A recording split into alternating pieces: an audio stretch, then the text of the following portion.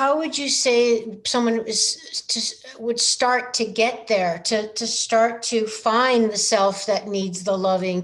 They don't even know who they are. They're so lost in their identity of being the mother, the wife, the employee, the daughter, the whatever.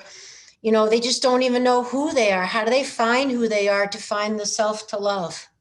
I think, Amy, the very question you ask is the right question to say, are you lost? I mean, the very fact that you might even consider you're lost, that's a starting point. Because most times someone will, say to me, won't even ask, will say, I've got a great life. And so I say, okay, so what do you do for pleasure and fun? And they go, oh, what do you mean pleasure and fun? So they're just simple questions like, do you actually, are you working so hard that you never have fun or pleasure? Mm-hmm. Do you even know what they are? Again, I have to be very careful when I say things like, do you nurture yourself? Because I know there are people listening who will go for a massage or do something, but they're still in their heads. And absolutely. I can do that. I can be absolutely. Lying on that massage table and I'm thinking. All it is an item to check off your list. That's a check off list. Absolutely. Oh my God. Yeah, got the massage. Next. Yep. Uh-huh. Laying in bath. That's it. And then the other thing I can do is I will go for a massage and end up taking care of the person who's massaging me. Oh my God, story of my life. Yes. Yeah. And it's like, actually, did that nurture me? So sometimes just asking that question, was I being nurtured? Because as I say, one of the hardest things is for us to receive. Often it's about giving. Mm-hmm. So the very fact I receive is the I exists, and so I'm not, a lot of the energy that, if your listeners know about the chakras, this is the solar plexus chakra. It's so much about, do I please people? And 85% of people who develop cancer are nice people. We please other people. We don't want to cause upset. But that pleasing of others is the way of losing ourselves. And so where are we, and why do we do it? Because maybe we're fear of the repercussions if we don't.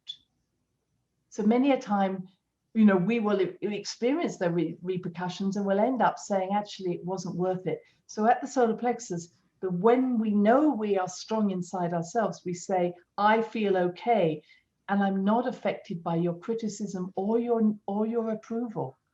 That's the power of the solar plexus. And that's the area of the body that's leaking so much power for so many women. Yeah. But how do they even begin to develop that? Because you hit the nail on the head. Until you're strong in your own core, you can't withstand the criticism coming at you or risking somebody not approving of your decisions. It just hurts too much. So then exactly. you don't do those things that you really want to do. That's right. So it's going to be small steps. And I think, every time you say, how do we do it? Is that recognition, I'm doing it, is the first step. Okay. It's like, oh my God, I'm a pleaser. Yeah. Oh my God, I'm not actually very happy in this situation. Mm-hmm. And, the solar plexus I describe is like being a big satellite dish. Mm-hmm. And the more dysfunctional your family, and I will say my family wasn't dysfunctional, I was just always intuitive. So that more dysfunctional your family, in other words, where there's anger, abuse, addiction, etc. Of course, what you're going to do is use your satellite dish to read everybody in order to stay safe. And that becomes a habit.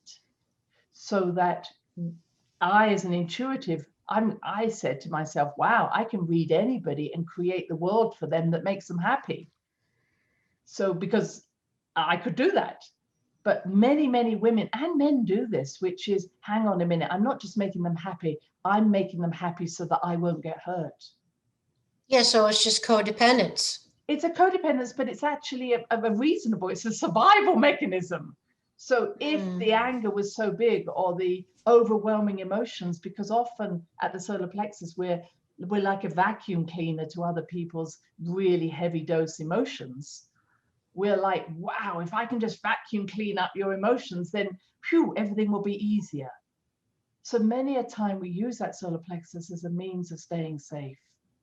And so what I say to all of us is, first of all, just recognize how psychic you are, because the solar plexus is our psychic center. So when we recognize that, yes, I'm reading people every minute of my day. Yes, I do know people that know about things about the people I'm working with.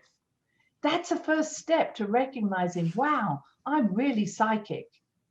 But not use that as a, woo, look how psychic I am. It's saying, just because you can pick up on energy, it doesn't mean that you then need to immediately react to that energy, because that's what's happening. You know, I meet someone who's uncomfortable or unhappy, I vacuum clean their energy, and then I fix them. So where in our lives are we picking up on energy and trying to fix people? Because if we can fix them or rescue them, then we can feel better about ourselves. So the ability to just even recognize, wow, I am picking up on energy, is a first start. And then intuition, which is different from being psychic, that says, what is the wisest and most loving thing I can do in this moment? And sometimes it's to say something, sometimes it's by keeping quiet, or sometimes it's by asking a question. I might say to someone, I sense you're not very happy. Am I right? They may say, I'm fine. Well, just back off and, you know, stop trying to fix them. So sometimes we just have to separate away from everybody and not take everything so personally, so we can be more objective and then make better decisions.